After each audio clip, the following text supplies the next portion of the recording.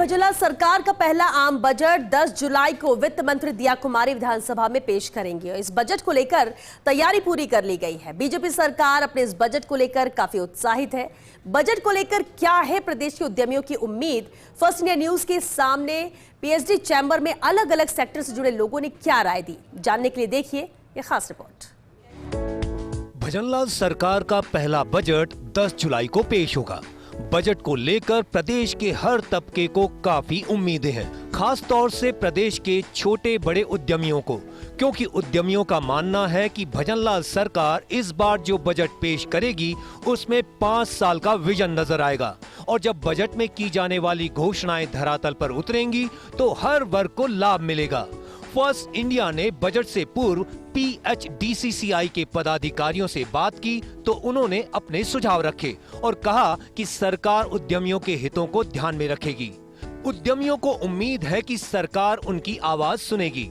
शहरी सीमा में आ चुके औद्योगिक क्षेत्र का स्वतः भू रूपांतरण किया जाए। औद्योगिक क्षेत्र के समीप श्रमिकों के लिए EWS आवास योजना बनाई जाए। रियल एस्टेट प्रोत्साहन के लिए स्टाम्प शुल्क में कमी की जाए। फार्मा और हेल्थ केयर सेक्टर को प्रोत्साहित किया जाए। प्लास्टिक रिसाइकलिंग पॉलिसी बनाई जाए। औद्योगिक क्षेत्र में पानी, सीवरेज, सड़क जैसी प्राथमिक सुविधाएं उपलब्ध हों। राजस्थान में MSME विकास के लिए ठोस कार्य योजना होनी चाहिए। सिंगल विंडो सिस्टम को मजबूत बनाया जाना चाहिए। औद्योगिक योजनाओं की नियमित मॉनिटरिंग नीति होनी चाहिए। 10 जुलाई को राजस्थान की विधानसभा में प्रदेश का बजट पेश होगा और ये बजट कैसा होगा, किस सेक्टर को क्या मिलेगा, इसको लेकर सरकार की ओर से सुझाव भी मांगे गए हैं और सुझावों के अंदर कई ऐसे सुझाव निकल के सामने आए हैं। उम्मीद ये भी की जा रही है कि सरकार इन सुझावों को मानेगी और अपने बजट में घोषणा करेगी। PhD चैम्बर के अंदर तमाम एक्सपर्ट मौजूद हैं, अलग अलग फील्ड के ये लोग हैं, अलग अलग राय हैं और उम्मीद यही जताई जा रही है कि जब दिया कुमारी विधानसभा के अंदर बजट पेश करेंगी तब इनकी मांगों को उसमें प्रमुखता से शामिल किया जाएगा और एक बड़ी राहत दी जाएगी। शुरुआत करते हैं अमित कुमार जी से। अमित जी, बजट आने वाला है, चूँकि अब पूर्ण बजट आएगा, क्या उम्मीद है आप? फार्मा सेक्टर के लिए जो API के लिए या मेडिकल डिवाइसेस के लिए पार्क डेवलप करे और एक दूसरा इंडस्ट्री के लिए रियायती दर में, अभी रिको जो ज़मीन देती है लॉटरी सिस्टम से या ऑक्शन से मिलता है, उसमें 2 रुपए की चीज़ 10 रुपए में जाके मिलती है। अगर एक उद्योगपति ज़मीन में इतना पैसा लगा देगा तो उद्योग को डेवलप करने में और अच्छा उद्योग, इंडस्ट्री, बिल्डिंग, इंफ्रास्ट्रक्चर, मशीनरी में क्या इन्वेस्ट करेगा? देखिए, इंडस्ट्री में एक टाइम के बाद में लैंड की रिक्वायरमेंट बहुत बड़ी हो जाती है, मैन पावर की रिक्वायरमेंट बहुत बड़ी हो जाती है। चूँकि आबादी क्षेत्र में आने के बाद कॉस्ट बहुत ज़्यादा बढ़ जाती है, तो आसपास कच्ची बस्तियां होती हैं, उसमें भी कॉस्ट बहुत बढ़ जाती है, पर रहने के लिए जगह नहीं होती। सरकार EWS की स्कीम लेके आई है। हम चाहते हैं कि हर इंडस्ट्री एरिया के पास में सरकार EWS की स्कीम में अंतर्गत कुछ प्लॉट उपलब्ध कराए और साथ में इंडस्ट्री जो है वो अपने मजदूरों के लिए, माइग्रेटरी लेबर खुद मकान नहीं खरीदते, तो इंडस्ट्री वाले अपने मकान खरीद सकें और अपने लेबर को वहाँ रख सकें। इसके एक बहुत सुदृढ़ व्यवस्था की जाए, ये हमारी सरकार से डिमांड है। क्वालिटी ट्रीटमेंट का प्रोवाइड हो सके, इसलिए गवर्नमेंट ऑफ राजस्थान को PPP मॉडल पे हॉस्पिटल्स का ध्यान होना चाहिए। प्राइवेट सेक्टर में यदि आयुर्वेद ट्रीटमेंट्स एस्टेब्लिश होंगे तो क्वालिटी ट्रीटमेंट मिलेगा और आम जनता को इसको लाभ मिलेगा। ये आयुर्वेद सेक्टर पे ध्यान देने की मांग की गई है।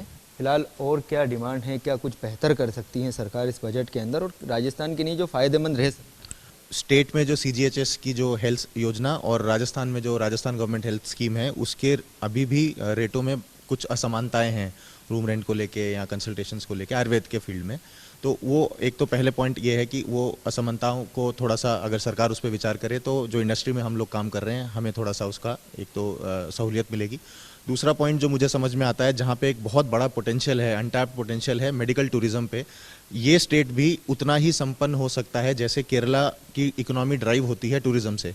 तो हम एक ऐसी जगह पे बैठे हैं जहाँ पे राजस्थान में से विश्व भर के टूरिस्ट आते हैं और अब आयुष वीज़ा, क्योंकि सेंट्रल सरकार ने, सेंट्रल गवर्नमेंट ने उसको मंजूरी दे ही दी है, तो उसका भी हम बेनिफिट लेना चाहिए। तो ऐसी कुछ इंडस्ट्री एकेडमिक पार्टनरशिप्स हों, हम होटल्स के साथ टाई-अप्स में जा सकते हैं, सरकारी जो फ्रेमवर्क में उसको लाके एक बढ़िया मॉडल खड़ा कर सकते हैं जिससे मेडिकल टूरिज्म और इसमें इसके थ्रू रेवेन्यू, एम्प्लॉयमेंट और मतलब और सबसे मेन चीज़ अच्छा स्वास्थ्य एट बहुत लो कॉस्ट हम सबको दे सकते हैं। मेडिकल टूरिज्म डेवलप किया जाए राजस्थान में, ये प्रमुख मांग है। हमें जो है आयुर्वेद फूड इंडस्ट्री के ऊपर बहुत अच्छा पोटेंशियल है। जो ऑर्गेनिक फूड आजकल बहुत ज़्यादा प्रचलन में है, उसको हमें और अच्छे से डेवलप करने की ज़रूरत है। जो SOP है उस फूड की, वो एकेडमिक इंस्टीट्यूशन जो आयुर्वेद के हैं राजस्थान में, वहाँ से डेवलप होके और उसका इंडस्ट्री के साथ कोलैबोरेशन होके करना चाहिए। जैसा कि हम सबको पता है कि जो लास्ट ईयर था वो ऑनरेबल प्राइम मिनिस्टर ने मिलेट ईयर डिक्लेयर किया था। तो जस्ट टू कि आप राजस्थान की जनता को एक अच्छा और स्वस्थ भोजन दे सके। आज के टाइम में जो इलेक्ट्रिसिटी की रेट है इंडस्ट्रियल पर्पस के लिए, वो काफ़ी ज़्यादा है। अगर उसमें हमें कोई सब्सिडी मिल सके या उसमें कोई कम जो रेट है वो कम कर सके सरकार, तो उससे जो कॉस्ट ऑफ प्रोडक्शन है इंडस्ट्रीज़ के लिए थोड़ी कम हो जाएगी। क्योंकि कई इंडस्ट्रीज़ आज भी ऐसी हैं जिनमें इलेक्ट्रिसिटी एक बेसिक रॉ मटेरियल की तरह देखी जाती है। देखिए, इलेक्ट्रिसिटी रेट को लेकर तमाम सवाल उठते रहे हैं और सरकार भी जवाब देती रही है। उम्मीद है कि इस बजट के अंदर उसके ऊपर कुछ रियायत दी जाएगी। आपका खास तौर से किस सेक्टर पर फोकस और क्या अपनी डिमांड है जो सरकार पूरी कर सकती है और होना भी चाहिए? जी, मेरा नाम मोहित शर्मा है और मैं रेफ्रिजरेशन एयर कंडीशनिंग जो आज की डेट में नेसेसिटी सेक्शन हो गया है उस पर बात कर रहा हूँ। तो बेसिकली क्या है, रेफ्रिजरेशन एयर कंडीशनिंग पहले तो फिर भी ज़रूरत कम होती थी, बट आज की डेट में वो इतनी ज़रूरत हो गई है कि उसके बिना गुजारा नहीं हो पाता है। राजस्थान में कृषि को अगर देखा जाए या अगर उसको फार्मिंग को देखा जाए तो इतना डेवलपमेंट नहीं है। तो उसके लिए कहीं ना कहीं कोल्ड स्टोरेज, कोल्ड चेन हमारे लिए बहुत ज़्यादा कंपलसरी है। तो उस पर फोकस किया जाए, ऑर्गेनिक फार्मिंग, मशरूम फार्मिंग पे फोकस किया जाए।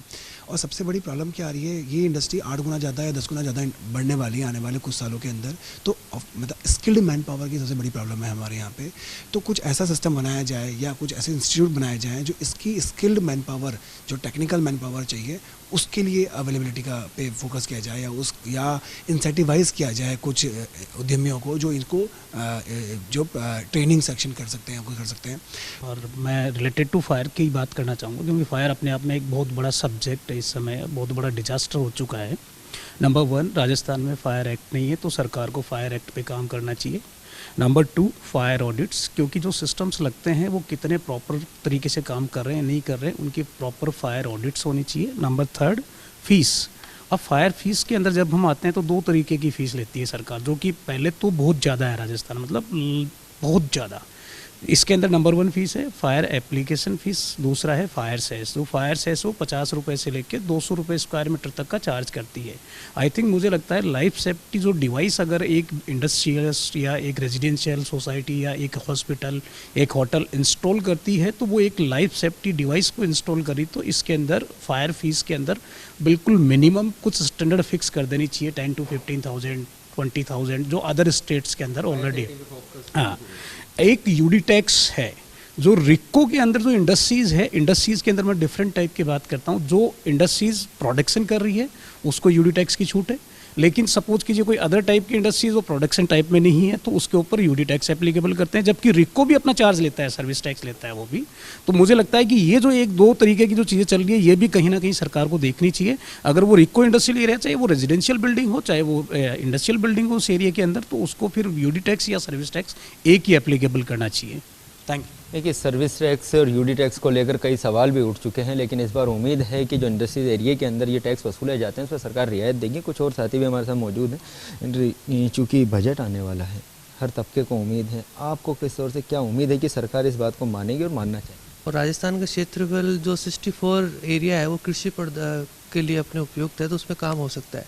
जो सेंट्रल गवर्नमेंट और राज्य गवर्नमेंट मिलकर जो स्कीम सब्सिडियाँ किसानों को दे रही हैं, वो स्कीम्स को थोड़ा सा और डेवलपमेंट करके डबल किया जा सकता है। उससे जो ड्रिप इरिगेशन, जो पानी की जो बर्बादी हो रही है, उसको रोका जा सकता है और किसानों को उन्हीं के क्षेत्र में वहीं रह के अच्छी खेती करके अच्छा उनको फंड, अपना पैसा वो इकट्ठा कर सकते हैं और आगे देश के लिए काम भी कर सकते हैं। तो मेरे हिसाब से जो कृषि क्षेत्र के अंदर जो काम हो रहा है राजस्थान में, लास्ट ईयर जो काम हुआ था वो 1 लाख हेक्टेयर का हमने सिंचाई किया था राजस्थान ने, तो पूरे इंडिया में हम सबसे आगे हैं। तो मैं उसी हिसाब से कहना, जो अपने राज्य सरकार है जो अपना बजट अपन दे रहे हैं वो इस साल भी डबल किया जा सकता है। तो 1 लाख हेक्टेयर जो लास्ट ईयर किया था वो डबल 2.5 लाख हेक्टेयर तक भी किया जा सकता है, तो उस पर अपन विचार कर सकते हैं। कि सरकार वो हर संभव नवाचार और नए उपायों की घोषणा करे जिससे कि हम जो ग्रीन बिल्डिंग, ग्रीन जो कॉन्सेप्ट है हमारा, कार्बन उत्सर्जन हम कम कर सकें। उसके लिए हम ग्रीन टूरिज्म को प्रमोट करें, ग्रीन इंडस्ट्री को प्रमोट करें, ग्रीन मेडिकल टूरिज्म को प्रमोट करें। इसके लिए सरकार हर संभव प्रयास करे। ये थे अलग अलग सेक्टर से जुड़े विशेषज्ञों के सुझाव। उम्मीद तो यही की जा रही है कि जब वित्त मंत्री दिया कुमारी विधानसभा के अंदर अपना बजट पेश करेंगी, इन सुझावों को प्रमुखता से उसमें शामिल करेंगी और बड़ी राहत प्रदेश के लोगों को देंगी। सरकार से उद्यमियों के साथ साथ प्रदेश के हर वर्ग को उम्मीद है। मुख्यमंत्री भजनलाल शर्मा भी कह चुके हैं कि इस बजट में हर वर्ग का ध्यान रखा जाएगा। बजट ऐसा होगा कि सरकार के 5 साल का विजन नजर आए, जिससे राजस्थान पूरे देश में नंबर 1 बन जाएगा। Ziauddin Khan, first India news, Jaipur.